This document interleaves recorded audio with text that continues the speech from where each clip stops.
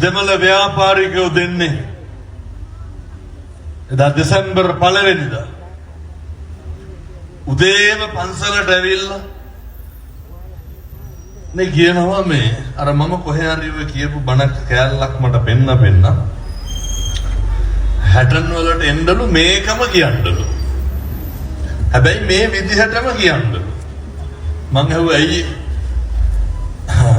ඔයා කියන්නේ මොකද්ද කියලා එයාලා ඉතින් දන්නේ නැහැ ඔයා මෙයා කියලා කතා කරන්නේ ඔයා කියන්නේ මොකද්ද කියලා තේරෙන්නේ නැහැ ඒ වුණාට අහගෙන ඉන්න ආසයිලු මේ මොකක්ද මේ මුළු ලෝකෙටම පේන්නේ ලෝකෙටම මේ පේන ආශ්චර්ය මොකක්ද මේ දෙන පණිවිඩය මොකක්ද